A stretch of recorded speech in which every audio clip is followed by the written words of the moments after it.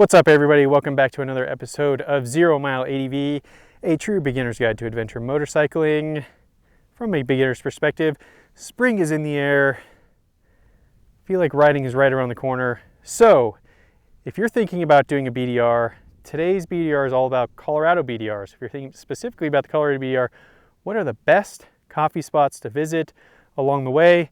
Now, of course, if you're doing a BDR and you're on a GS, I think it's mandatory you stop at multiple coffee shops along the route, because your GS is already upset that you're taking it out of town and you're not going to Starbucks and you're making it work.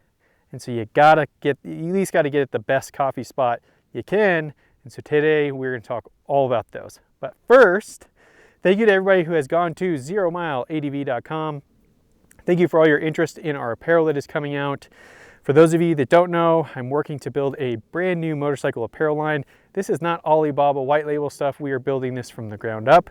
We have had a couple of delays. We are hoping to do a mid-April launch with kind of everything. However, what I have learned is there are two major holdups when you're producing garments from the ground up. One is the pattern maker. So most smaller manufacturers like we are working with, they have like one really good pattern maker.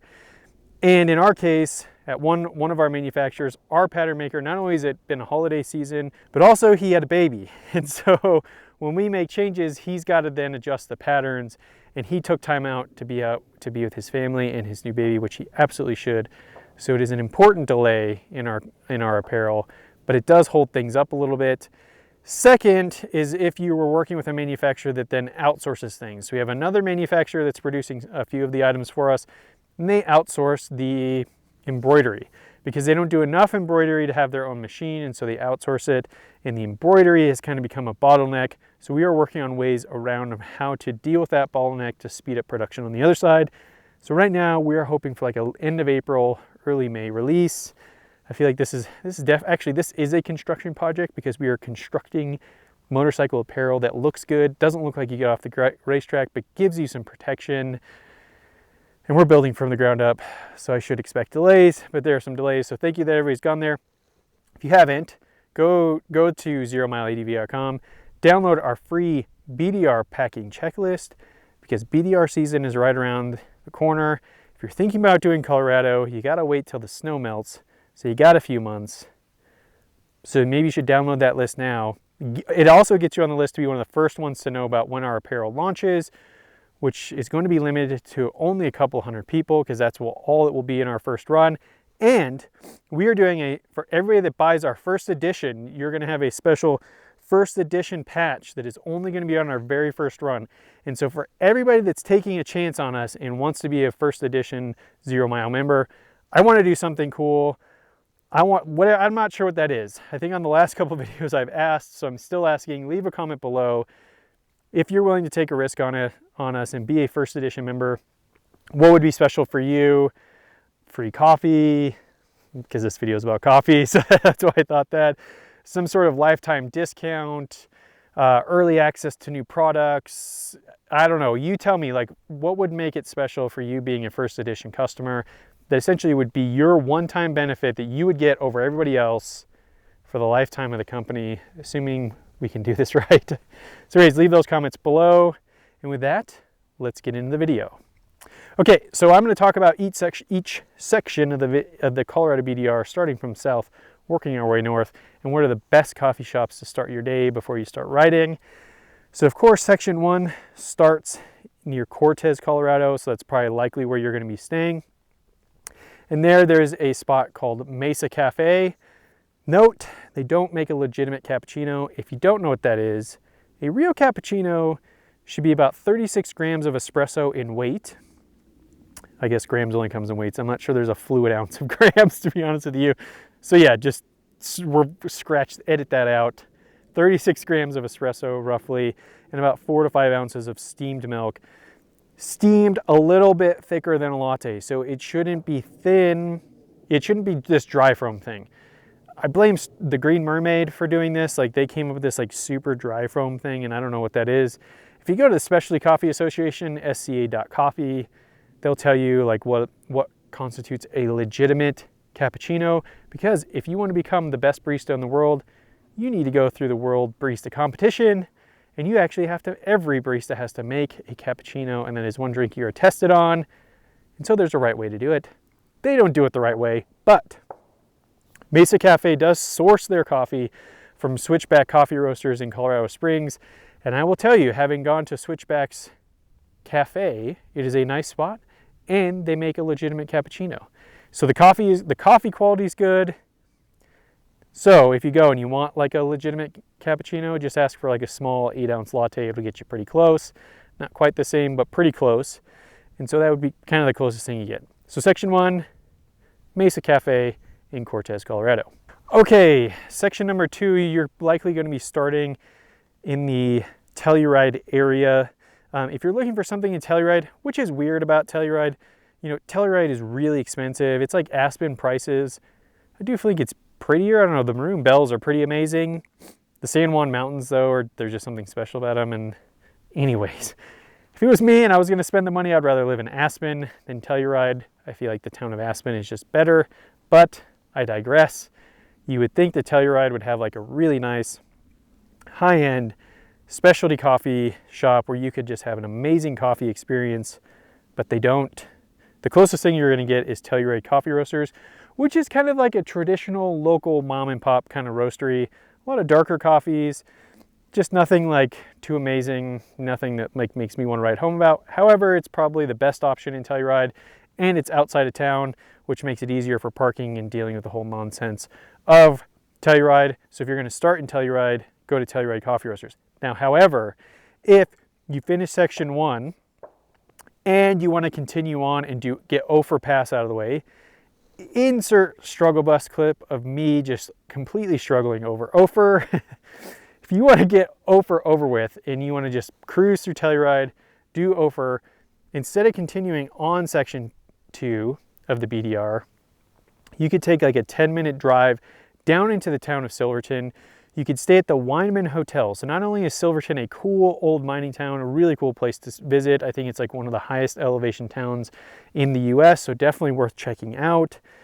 The Weinman Hotel, they make a legitimate cappuccino. I don't know what coffee roaster they serve, but they do make a legitimate cappuccino, and it's a really cool town and worth a visit. So if it was me, I would do section 1, which isn't that tough, do Ophir, get that over the way because it's brutal. And then I would stay in Silverton, stay at the Weinman, have an amazing coffee experience there before I continue on and have an epic day through the San Juan Mountains. Okay, section 3, you're going to be finishing section 2 in Lake City and starting section 3 out of Lake City. There isn't much in Lake City. There is a cool local coffee roaster there called Refuge Coffee. That's probably likely where I would go to get my coffee. There isn't much there. Small little town, cool little town. If you like riding adventure bikes, cool town because it's all about like motorized sports. So section 3 is super easy. There's kind of one spot to go unless you're just going to get like whatever swill or Black Dragon they're serving at like another just like breakfast place. But if you want a decent cup of coffee, I would check out Refuge Coffee Roasters in Lake City. Okay, section 4, you're going to be starting around the Buena Vista area and near in a new development part of area. So depending on when you watch this, it may be really established by now, but near the river and also near the Surf Hotel. So if you're looking for a cool place to stay, the Surf Hotel is pretty awesome. Right next to it is the Joyful Bakery and Coffee Shop. Again, they don't do a cappuccino right, but you can order an 8-ounce latte, and that's what I did. And it actually was pretty good. It was pretty decent. So from Buena Vista, which is a cool town, a lot more amenities there too. So like if you need some stuff, Buena Vista is a good place to kind of resupply yourself. But I would start my day at Joyful Bakery and Cafe for coffee. There's also a cool breakfast spot on kind of Main Street, but it does get very busy, especially if you're going to be there in the summer. So I'd probably get my coffee there and then maybe find something else. You could probably get a pastry or something if you're okay with that kind of thing for breakfast, and then kind of get my day moving. Okay, when you finish section 4, you're technically finishing in the town of Gypsum. If it were me, I would take the 10-minute drive up I-70 up the highway. It's 10 minutes. There's even a back road you can take from Gypsum if you don't want to ride the main interstate to a town called Eagle, Colorado. There's a lot more amenities there. There's even a Costco there. So if you want to if you need to carry 50 pounds of meat on your on your bike for whatever reason, you could also go to a Costco. But this will be your best coffee experience throughout the entire BDR, and it's only 10 minutes up the road in the town of Eagle, Colorado, and it is Color Coffee Roasters. If you go there and you order a cappuccino, they're not going to ask you what size. It's not going to be this weird dry foam thing. They're going to serve it right. Color Coffee Roasters is awesome. If I understand correctly, the founder of Color, he used to actually work for Boxcar Coffee Roasters in Boulder, Colorado, and then he moved up to the mountains and started Color. For us, whenever we drive from the western slope of Colorado to Denver, if I have to make that drive, Eagle, Colorado is kind of the halfway point. We always stop for a coffee at Color Coffee Roasters. It is definitely worth it. There's hotels and stuff up there if you want to stay there. There's also some cool camping at the top of Red Mountain, I think is what it's called. So you can camp up there, kind of overlook town, and then just rip downtown, have the best coffee experience you'll have. Your GS will be thanking you because you're getting just real, legit specialty coffee. Okay, section number 6, you're going to be ending in the town of Steamboat. And you really have two options. The first one is going to be downtown, and it is called Beard and Braid. This coffee experience will be really, really close, if not better, than Color Coffee, mostly because they serve my good friends, Sweet Bloom Coffee Roasters out of Arvada, Colorado. Dear friends of mine. I order their coffee to my house every day. So if you see my beautiful latte art, this is what I'm making it out of when I make my real cappuccino. Beard and Braid downtown serves Sweet Bloom. Amazing coffee experience, really, really handcrafted, direct to farm trade. They just do it right. They also roast coffees for World Barista competitors. They are doing things right. So Beard and Braid serves Sweet Bloom. So definitely check them out. Now, if you also kind of want to stay away from downtown because you've got a group and parking can be a little bit of a pain, then I would go on the northwest side of town. There are 2 locations. There's another coffee shop called Big Iron Coffee Roasters. They have 2 locations. They also have one downtown, and then they also have one that's on the north kind of western side of town that's near the Ace Hardware.